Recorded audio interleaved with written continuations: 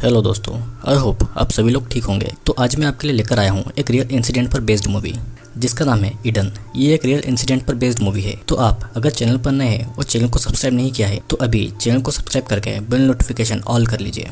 Movie की starting में एक कार की डिक्की में जे नाम की एक लड़की बंधी हुई थी। उसके हाथ पैर और मुंह सब बंधा हुआ था। वो भागने की कोशिश कर रही थी, लेकिन वो किडनैप करने वाला आदमी बस सिगरेट पी रहा था और वो फिर उस डिक्की को वापस बंद कर देता है। अब मूवी इस इंसिडेंट के एक दिन पहले आती है। ये बात 1994 की है, जहाँ पर जे नाम की एक टीनेज लड़की थी जो अपने फैमिली के रेस्टोरेंट पर काम करती थी और वो चोरी छुपे अपनी फ्रेंड एबी के साथ में सिगरेट पिया करती थी। यह एबी उसे शाम को अब बार में चलने को कहती है और उसके पास बार में जाने के लिए एक फेक आईडी कार्ड भी था, क्योंकि जे अभी भी 18 साल की नहीं हुई थी। जे के पिता को पता था कि वो सिगरेट पीती है, लेकिन वो उसकी मॉम को नहीं बताते और ये उन दोनों के बीच एक स्वीट सा रिलेशन शो करता है। फिर उसके पिताजी उसे एक रिंग देते हैं जो कि उनकी पुरखों की निशानी थी। अब रात को एबी और जे अपनी फेक आईडी से बार में जाते हैं, क्योंकि जे 18 साल की नहीं हुई थी और ये सब उसके लिए एक नया एक्सपीरियंस था। वहाँ पर दोनों शॉट्स लेते हैं एंड देन एबी की नज़र एक चार्मिंग लड़के पर पड़ती है जो कि फायर फाइटर की ड्रेस पहने हुआ था और वो उसके लिए ड्रिंक ऑफर करता है। जिसके बाद दोनों में बातचीत होती है और एबी दोनों को बात करने के लिए अकेला छोड़ जाती है। फिर अब ये लड़का जे को घर तक छोड़ने के लिए राइड ऑफर कर रहा था। दोनों कार से जे के घर की ओर जाते हैं, लेकिन जे के घर पहुंचने से पहले ही ये लड़का गाड़ी को बीच में रोक देता है और वो जे को किस करने लगता है। जे को ये पसंद नहीं आता और ये फायर फाइटर उस कार से उतरकर पीछे वाली कार में बैठे किसी आदमी से बात करने के लिए जाता है, जो कि जे को बड़ा अजीब लगता है। और वो देखती है कि जिस कार में वो बैठी है उसमें उस लड़के की बहुत सारी यूनिफॉर्म है जो कि नकली है और वो भागने की कोशिश करती है एंड देन जल्दी ही वो आदमी उसे पकड़ लेता है और अचानक सब ब्लैंक हो जाता है। सीन कट होके एक पुलिस ऑफिसर बॉब पर आता है जो कि किसी फार्म में जा रहा था। वहाँ पर दो ऑफिसर पहले ही थे और उन्हें एक लड़की की डेड बॉडी मिली थी। उस लड़की के पैर में एक ट्रैकर भी था और पुलिस इन्वेस्टिगेशन आगे नहीं बढ़ पाए, इसलिए बॉब वहाँ मौजूद दोनों को मार डालता है। सीन फिर से जे पर आता है जो कि अब एक ट्रक में बैठी हुई थी और वहाँ पर और भी कई सारी लड़कियाँ थीं। उसे नहीं पता था कि उसके साथ क्या होने वाला है। ट्रक एक जगह आकर रुकता है जहाँ एक आदमी उसे खींचकर बाहर निकलता है। वो अब एक ऑपरेशन थिएटर में थी जहाँ पर एक बूढ़ी नर्स आती है जो कि जे को एक इंजेक्शन लगाती है और जे बस डर के मारे चिल्ला रही थी।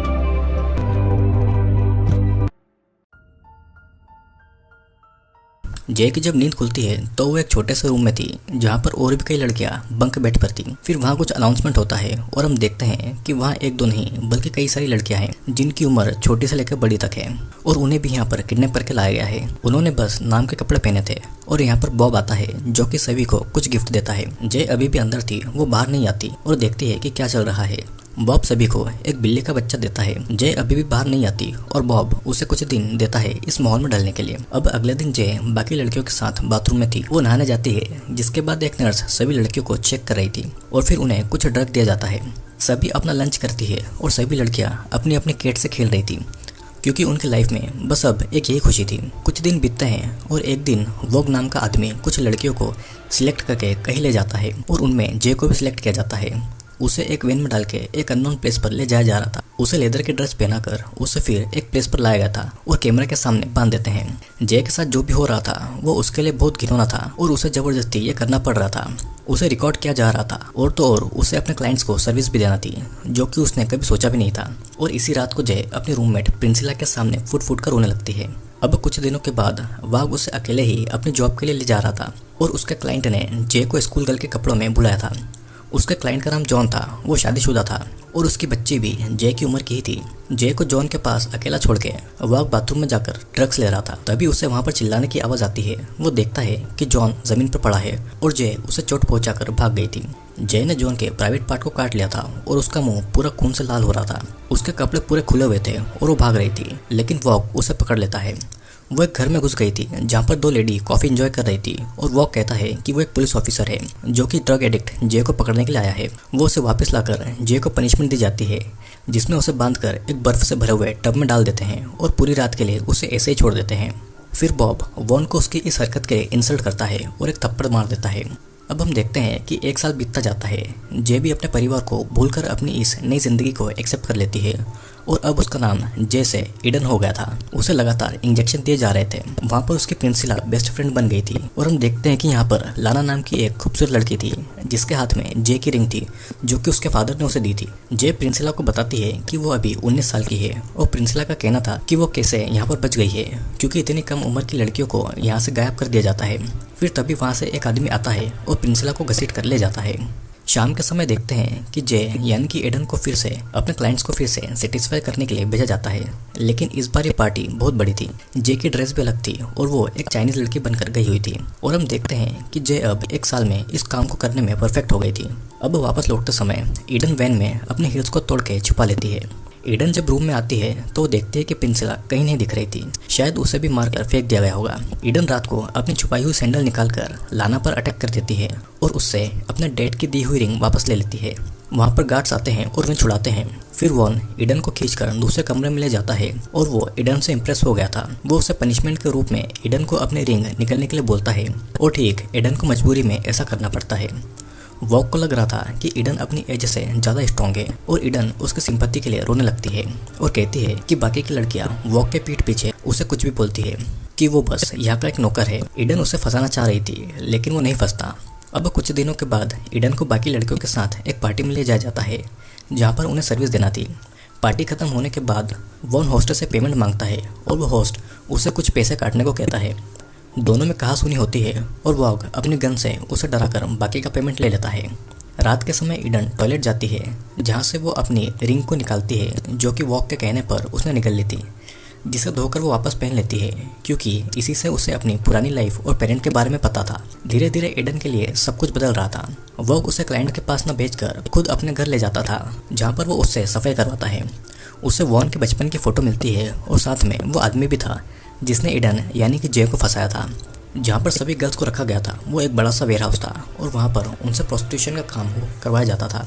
लाना को कस्टमर के कॉल्स अटेंड करने की जॉब मिली थी, लेकिन वॉग अब ईडन को वो काम दे देता है जिससे कि लाना गुस्सा होती है और सब समझ रहे थे कि वॉग ईडन के करीब आ रहा है। ईडन अपना काम बहुत अच्छे से करती है ताकि वो उसका विश्वास जीत सके। और इधर हम देखते हैं कि बॉब एक सेमिनार में है और वो ह्यूमन ट्रैफिकिंग और ड्रग के ऊपर स्पीच दे रहा है, जिसके बाद में एक ऑफिसर उसे मिलता है जो कि ह्यूमन ट्रैफिकिंग पर ही काम कर रहा था। वो बॉब से उस केस के बारे में पूछता है जब 2 पुलिस ऑफिसर को मार दिया गया था, जो कि असल में बॉब नहीं किया था। और वहाँ पर मिली उस लड़के के पैर में ट्रैकर था जिससे कि असली गुनहगार तक पहुँचा जा सकता था। और ये सब सुनने के बाद में बॉब को समझ आ गया था कि अब उसके लिए मुश्किल और बढ़ने वाली है। यहाँ पर वॉग ईडन को अपने साथ कहीं ले जाता है जहाँ पर बॉब उसका इंतजार कर रहा था। वॉग की वैन में से 2 लाशें भी थी जिन्हें वो ठिकाने लगाने के लिए लाया था और इनमें से एक लाना की लाश थी। वो उसे बीच लेक में लाकर पानी में डाल देते हैं और एक बार फिर बॉब वॉग की इंसल्ट करता है, जिससे गुस्से में आकर वॉग बॉब को पीछे से अटैक करता है और मार डालता है और बॉब की भी डेड बॉडी को ठिकाने लगा देता है।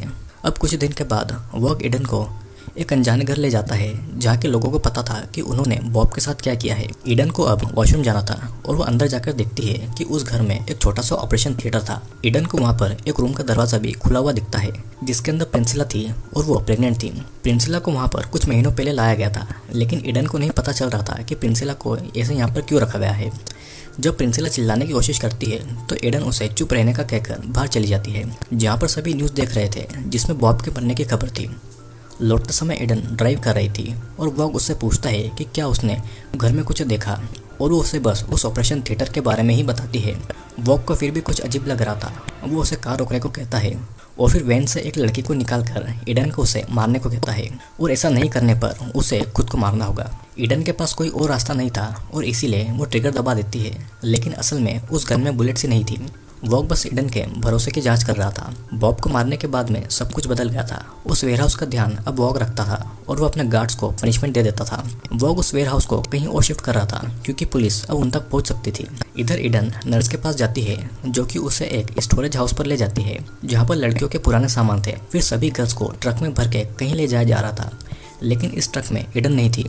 वॉग कहता है कि ईडन बहुत लकी है क्योंकि वो उन लड़कियों के साथ नहीं जा रही है बल्कि वो वॉग के साथ है। वॉग ट्रक से ये सेलिब्रेट करना चाहता था, लेकिन पहले वो बाथरूम जाता है और यही मौका था ईडन का कुछ कर देने का। वॉग जब बाथरूम में था तो ईडन किचन से कीड़े मारने का स्प्रे लाकर उसे वॉग के ड्रग वाले पाइप में स्प्रे कर देती है और उसे पीने के बाद में वॉग बेहोश हो गया था। फिर ईडन अपने पैर का ट्रैकर काटती है और वॉग का केस लेकर वहाँ से कुछ इंजेक्शन को ले लेती है और वॉग की गाड़ी लेकर वो वहाँ से भाग जाती है।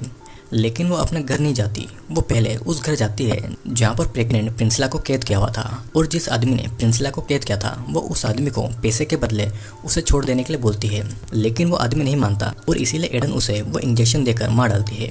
अब ईडन प्रिंसिला को उस कैद से आज़ाद कराती है और दोनों कार से जा रहे थे। फिर ईडन रास्ते में कार को रोकती है और पब्लिक फोन से अपने घर पर कॉल करती है। ईडन के पेरेंट्स उसकी आवाज़ सुन के उसे पहचान जाते हैं, जो कि उसका न जाने कब से इंतजार कर रहे थे। फिर वो उसके असली नाम जेसो से पुकारते हैं और एडन बस रोए जा रही थी, क्योंकि उसे किसी के मुंह से अपना असली नाम सुने बहुत टाइम हो गया था। और यहीं पर ये मूवी एंड हो जाती है। दोस्तों, असल में ये मूवी चोंग किम की लाइफ पर बेस्ड है, जो कि असली जे है। किम साउथ कोरिया में पैदा हुई थी और उसे यूएसए से किडनैप कर लिया गया था। चोंग किम आज एक एक्टिविस्ट है और ह्यूमन ट्रैफिकिंग के अगेंस्ट काम करती है। दोस्तों, किम तो बच गई थी, लेकिन बाकी लड़कियों के साथ में क्या हुआ होगा सोचने वाली बात है, और ये इंडिया और बाकी देशों में भी रोज होता है। दोस्तों, I hope you like the video अच्छा लगा हो तो लाइक, शेयर और सब्सक्राइब करना ना भूलिएगा, क्योंकि मैं फिर आऊँगा एक और वीडियो को लेकर। जो लोग इस वीडियो को देखने के बाद में चैनल को सब्सक्राइब नहीं करते, वो 3 दिन में गायब हो जाते हैं।